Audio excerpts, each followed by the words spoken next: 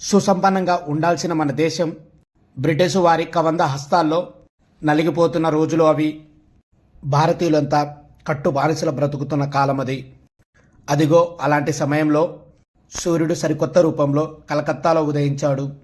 భయమంటే తెలియని కళ్ళు, తేజస్సుతో నిండిపోయిన ముఖం, గంభీరమైన గొంతు, బలిష్టమైన శరీరం, దేశభక్తికి నిలువెత్తు రూపం. ఆయనే స్వామి వివేకానంద. కుల, మత, జాతి, లింగ భేదాలు లేకుండా ప్రతి ఒక్కరికి ఆదర్శమయ్యారు. ఇండియాలోని యువతకు రోల్డ్ మోడల్. భారతదేశం యొక్క అత్యంత ప్రసిద్ధ ఆధ్యాత్మిక నాయకుడు, దేశభక్తుడు, మాటలతో మంత్రముక్తులను చేయగలిగే గొప్ప మనిషి. బ్రతికింది కేవలం 39 సంవత్సరాలే. కానీ మరొక 1000 సంవత్సరాలు గడిచినా కూడా చెరిగిపోని ముద్ర వేశారు. అలాంటి మహనీయుడు గురించి, ఆయన జీవితంలో ఎదుర్కొన్న కష్టాల గురించి, భారతదేశ గొప్పతనాన్ని ప్రపంచమంతా ఎలా చాటాడో మనం ఈరోజు ఈ వీడియోలో చూద్దాం. Let us start our today's episode. Swami Vivekananda 1863వ సంవత్సరం జనవరి 12వ తేదీన మకర సంక్రాంతి రోజున ఒక బెంగాలీ కుటుంబంలో కలకత్తాలో జన్మించారు. ఆయన తండ్రి గారు న్యాయవాదిగా పనిచేసేవారు. స్వామి వివేకానంద చిన్ననాటి పేరు నరేంద్రనాథ్ దత్తా.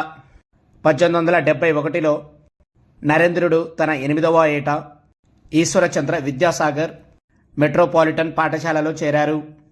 చిన్న వయసులోనే ఎన్నో తత్వశాస్త్ర గ్రంథాలు, నవలలు, చరిత్రలు, అన్ని మతాల గ్రంథాలు ఇలా ఎన్నో చదివేశారు.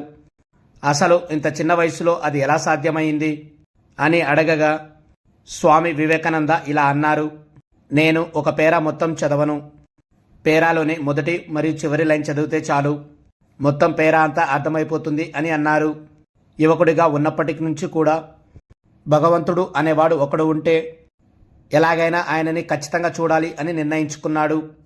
ఎవరైనా పెద్దవాళ్ళు, గొప్పవాళ్ళు కనిపిస్తే మీరు భగవంతుని చూశారా అని అడిగేవాడు. దేవుని చూసినా అని సమాధానం ఇచ్చేవారు ఎవరూ లేరు. ఒకరోజు కాలేజ్ ప్రిన్సిపల్ అయిన మిలియం ఎస్డి పాఠం చెప్తూ పారవశ్యం అనే పదాన్ని వివరించాలనుకుంటాడు. కానీ అది ఆయనకు సాధ్యం కాదు. అప్పుడు ఆయన ఈ పదానికి అర్థం తెలియాలి అంటే దక్షిణేశ్వర్లో ఉండే శ్రీరామకృష్ణ పరమహంస గురించి చెప్పి ఆయనను కొలవమని చెప్పారు.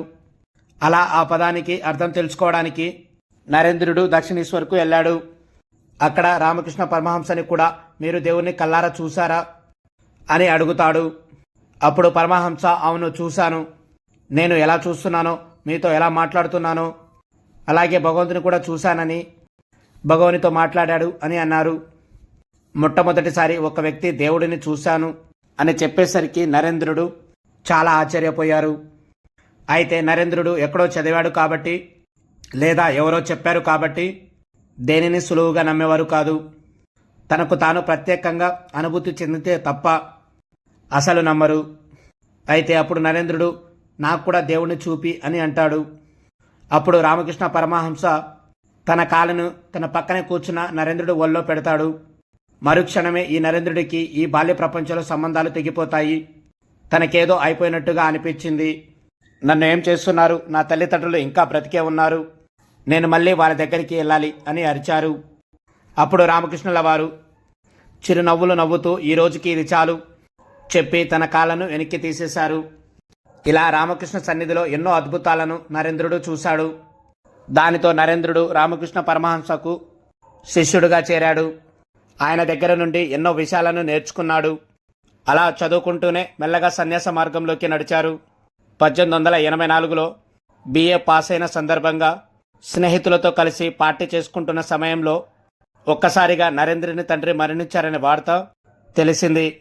తండ్రి మరణంతో కుటుంబం పేదరికంలో వెళ్ళిపోతుంది. అప్పులు ఇచ్చిన వారు వాళ్ళ దగ్గర బంధువులందరూ కలిసి నరేంద్రుని ఆస్తులను లాగేసుకుంటారు. ఇంట్లో తినడానికి తిండి కూడా ఉండేది కాదు. తల్లికి, చెల్లెలకు, తమ్ముళ్ళకి తిండి పెట్టడం కోసం, ఉద్యోగం కోసం వెతుక్కుంటూ ఉండేవాడు. కుళాయి నీళ్లు తాగి కడుపు నింపుకునేవారు. ఇంటికొచ్చిన తర్వాత తన స్నేహితుల ఇంట్లో తిన్నానని అబద్ధం చెప్పి తన కోసం ఉంచిన ఆహారాన్ని చెల్లెలకు ఇచ్చేసేవారు. ఉద్యోగం కోసం తిరుగుతూ ఆకలితో ఎన్నోసార్లు కళ్ళు తిరుగుతూ పడిపోయేవారు. చివరకు ఒక పాఠశాలలో ఉపాధ్యాయ వృత్తి దొరుకుతుంది. కానీ కొంతకాలానికి రామకృష్ణ పరమహంసకి గొంతు క్యాన్సర్ సోకడంతో ఆరోగ్యం క్షీణించింది. దాంతో నరేంద్రుడు ఉద్యోగం మానేసి గురువుగారికి సేవ చేయడానికి వెళ్ళిపోయారు. కానీ 1886లో రామకృష్ణ పరమహంస మరణించారు. భారతీయ ఆధ్యాత్మిక సందేశాన్ని ఇతర దేశాలకు అందించాలి అని అనుకున్నారు. అలా దేశమంతటా పర్యటిస్తూ చివరికి కన్యాకుమారి చేరుకున్నారు. అక్కడ సముద్రంలో కొంత దూరంలో కనిపిస్తున్న ఒక చిన్న కొండ లాంటి ప్రదేశానికి ఈదుకుంటూ వెళ్ళి ఆ కొండ మీద 3 రోజుల పాటు ధ్యానం చేశారు. ఆ ధ్యానంలో తాను ఇన్ని రోజులుగా చూసిన అన్నిటినీ అర్థం చేసుకున్నారు. సో గైస్, మరిన్ని ఇంట్రెస్టింగ్ వీడియోస్ కోసం మా ఛానల్ సబ్స్క్రైబ్ చేసుకోండి. పక్కన ఉన్న బెల్ ఐకాన్ ప్రెస్ చేయండి.